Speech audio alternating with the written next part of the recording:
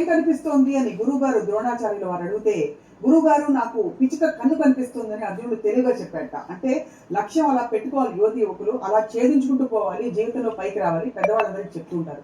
కానీ నిజానికి లక్ష్యం పెట్టుకుని ఛేదించేశాక నెక్స్ట్ ఏమిటి జీవితంలో? సో లక్ష్యానికి ఉన్న ప్రాధాన్యత ఏంటి? ఈ అంశంపై ఇవాల్టి రాము సో లక్ష్యం అన్నది చాలా ఇంపార్టెంట్ లైఫ్లో.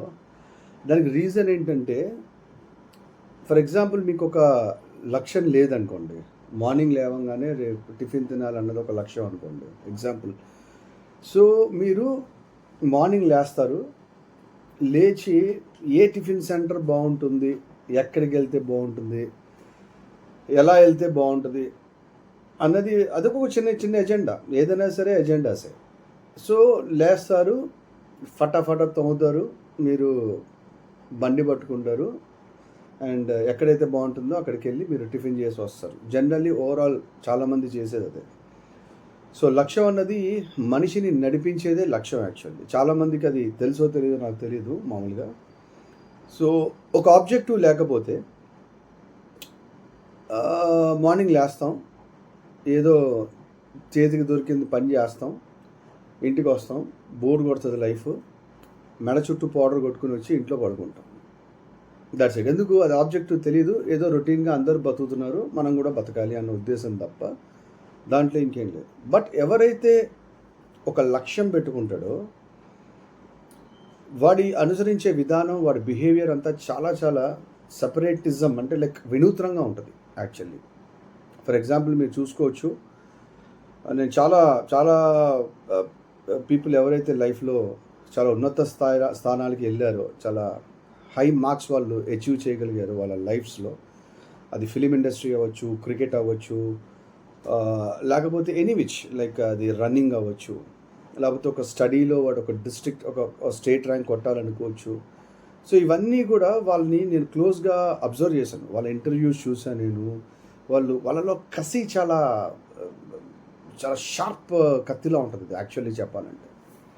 సో లక్ష్యం అన్నది ఏంటంటే, అది మీరు పెట్టుకుంటే మ్యాక్సిమం టైంపాస్ అయిపోద్ది, మీకు తెలియదు అవుతున్నట్టు కూడా. ఒకవేళ మీకు లక్ష్యం లేదు, మీకు బోర్ కొట్టడం మొదలెడుతుంది. ఏ రోజైతే మీకు బోర్ కొడుతుందో దాని అర్థం ఏంటంటే మనకు ఆబ్జెక్టివ్ లేదు, లైఫ్ ఏది ఇస్తే అది తీసుకుంటున్నామో అలా పడుకుంటున్నాం అంతే.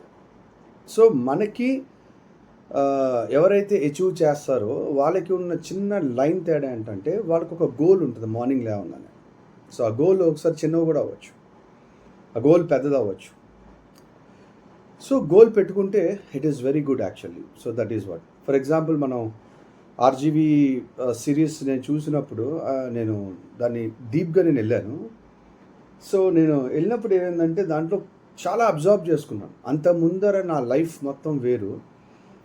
ఎప్పుడైతే నేను ఆర్జీవీ సిరీస్లో వాట్ ఈజ్ లైఫ్, ఒక ఇండివిజువాలిటీ అంటే ఏంటి,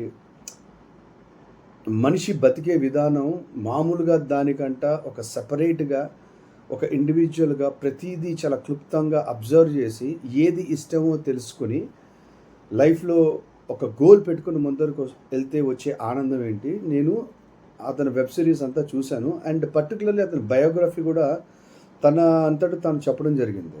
it was very much intriguing and fascinating. So తను బీటెక్ చదవడం వేస్ట్ అని చెప్పాడు, ఎందుకంటే తను కాలేజ్లో బెంచ్ చివర కూర్చుని నవల్స్ చదివేవాడు. అది ఎందుకంటే లెక్చరర్స్ చెప్పేది అర్థమయ్యేది కాదు, కాకపోతే ఆ సబ్జెక్ట్ అతనికి ఇష్టం లేక.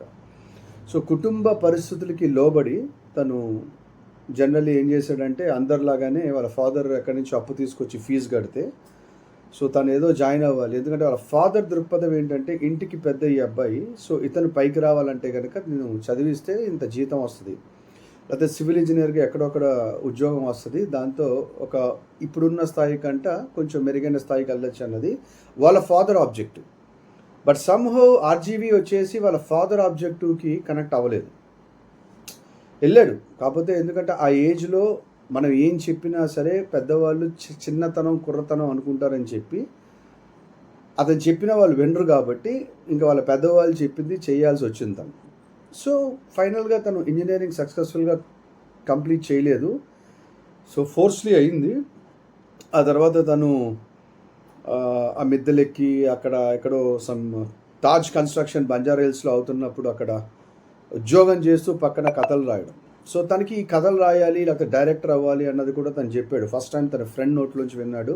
ఎందుకంటే ఇతను అతని ప్యాషన్ ఏంటంటే కథని ఎలా ఎలాబొరేట్ చేస్తారు అన్న దాని మీద తనకి నైపుణ్యం ఉందని అతని ఫ్రెండ్ తెలుసుకున్నాడు. సో అతనికి ఆ టైంలో వాళ్ళ ఫ్రెండ్, నువ్వు నాకు డబ్బులు ఉంటే నేను డైరెక్టర్ని చేస్తాను అన్నాడు. సో అక్కడి నుంచి అతను డైరెక్టర్గా కనెక్ట్ అయ్యాడు. సో అతని గోల్ అనేది అక్కడ స్టార్ట్ అయింది. సో బుక్స్ చదవడం వల్ల స్టోరీస్ ఎన్హాన్స్ చేసే అవకాశం అతనికి ఆల్రెడీ ఇన్హెరెంట్ టాలెంట్ ఉంది కాబట్టి దానికి సానపట్టాడు.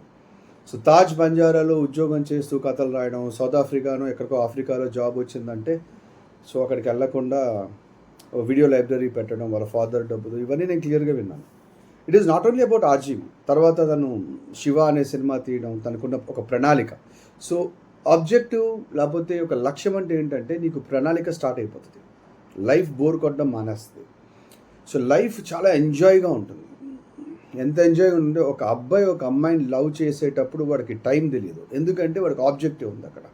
సో అదే ఆబ్జెక్టివ్ తనకున్న ఆ పర్టికులర్ గోల్ తను మాట్లాడుతున్నప్పుడు ఆ కసి నాకు టచ్ అయింది అబ్సల్యూట్లీ. సో నాకు అప్పటిదాకా లైఫ్లో గోల్ అంటే ఏమీ తెలియదు ఇన్ఫ్యాక్ట్. అండ్ అప్పుడే నేను లైఫ్లో గోల్ పెట్టుకున్నాను.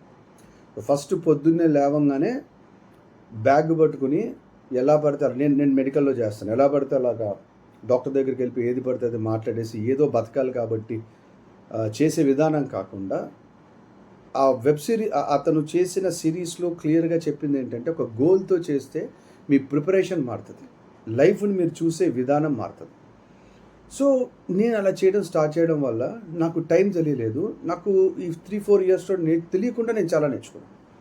ఎప్పుడైతే నాకు లైఫ్లో ఒక లక్ష్యం లేదో, ఏదో బతకాలి, లైఫ్ ఒకటి ఆఫర్ చేస్తుంది, దాన్ని తీసుకోవాలా, దాన్ని ఈడ్చుకెళ్ళాలనే ఉద్దేశంతోనే నా బోరెస్ట్ జీవితాన్ని నేను గడిపాను ఆల్మోస్ట్ చాలా ఇయర్స్. ఎందుకంటే లక్ష్యం ఉండాలి అని చెప్పి మన పుస్తకాల్లో చెప్తారు, మోటివేషన్ క్లాసెస్తో చెప్తారు, కానీ కరెక్ట్ అవ్వడం చాలా కష్టం దానికి. ఎందుకంటే దానికి కూడా పర్టికులర్ ఫిలాసఫీని మనం వినాల్సి వస్తుంది. యాక్చువల్లీ అది ఈజీ అయితే కాదు. బట్ నేను పడ్డ కష్టాలకి ఏంటంటే ఆ టైంలో ఎక్స్ట్రీమ్ డెసిషన్స్ తీసుకునే టైంలో నేను ఈ రామోయిజం కానీ, ఐన్ ర్యాండ్ కానీ, జిడ్డు కృష్ణమూర్తి వీళ్ళందరూ వినేసరికి ఏంటంటే నాలో ఒక సెపరేట్ కైండ్ ఆఫ్ ఒక ప్యాషన్ లైఫ్ మీద పెరిగింది. నేను చేస్తున్న వృత్తిని డిఫరెంట్ యాంగిల్లో చూడడం మొదలెట్టాను. నేను చూడడం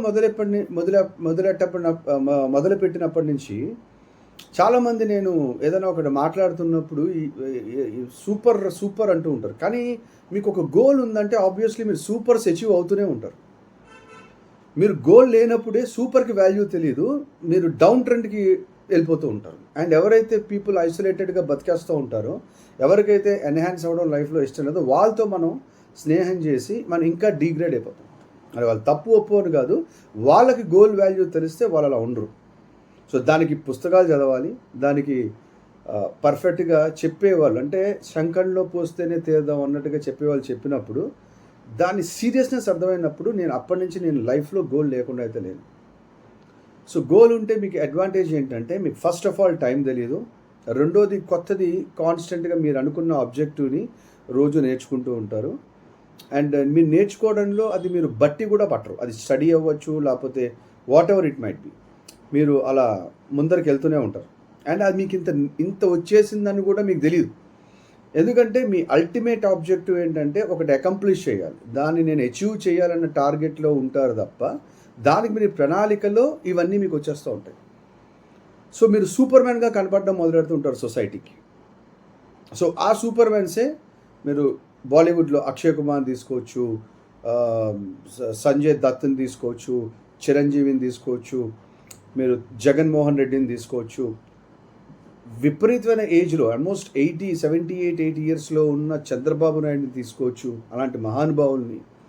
సో వాళ్ళకి ఏంటంటే కాన్స్టెంట్ ఆబ్జెక్టివ్ ఉంటుంది లైఫ్లో. వాళ్ళు మామూలుగా ఒక నార్మల్ లైఫ్ లీడ్ చేయమంటే నాకు తెలిసి they feel definitely bore and I think they will commit suicide. ఇప్పుడు నాలా బతకమని వాళ్ళకి చెప్పామనుకో, ఇలా బతకచ్చు కదా అని చెప్పంటే I think they will hate this life like anything. అందుకనే సో వాళ్ళ కాన్స్టెంట్ వాళ్ళు అచీవ్ అయిన తర్వాత కూడా వాళ్ళు అక్కడ ఏమీ అలా కూర్చోరు, దే వాంట్ సంథింగ్ అదర్. ఎందుకంటే సక్సెస్ అనేది, ఫెయిల్యూర్ అనేది ప్రయాణంలో ఒక గమ్యాలు రెండు, కానీ కాన్స్టెంట్గా ఒక గోల్ పెట్టుకుని అది అయ్యేదాకా ఆ రోడ్స్ని ఎత్తుక్కుంటూ అచీవ్ చేయడమే లైఫ్ యొక్క ఆబ్జెక్టివ్.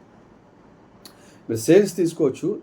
నాకు తెలిసి ఫిలిం డైరెక్షన్ గంట, ఫిలిం హిట్ అవ్వడం గంట, ఒక ప్రొడక్ట్ మార్కెట్లో అమ్మడం చాలా పెద్ద తతంగం ఈ రోజుల్లో. Nobody do accept it. Actually అంత ఈజీ కాదు.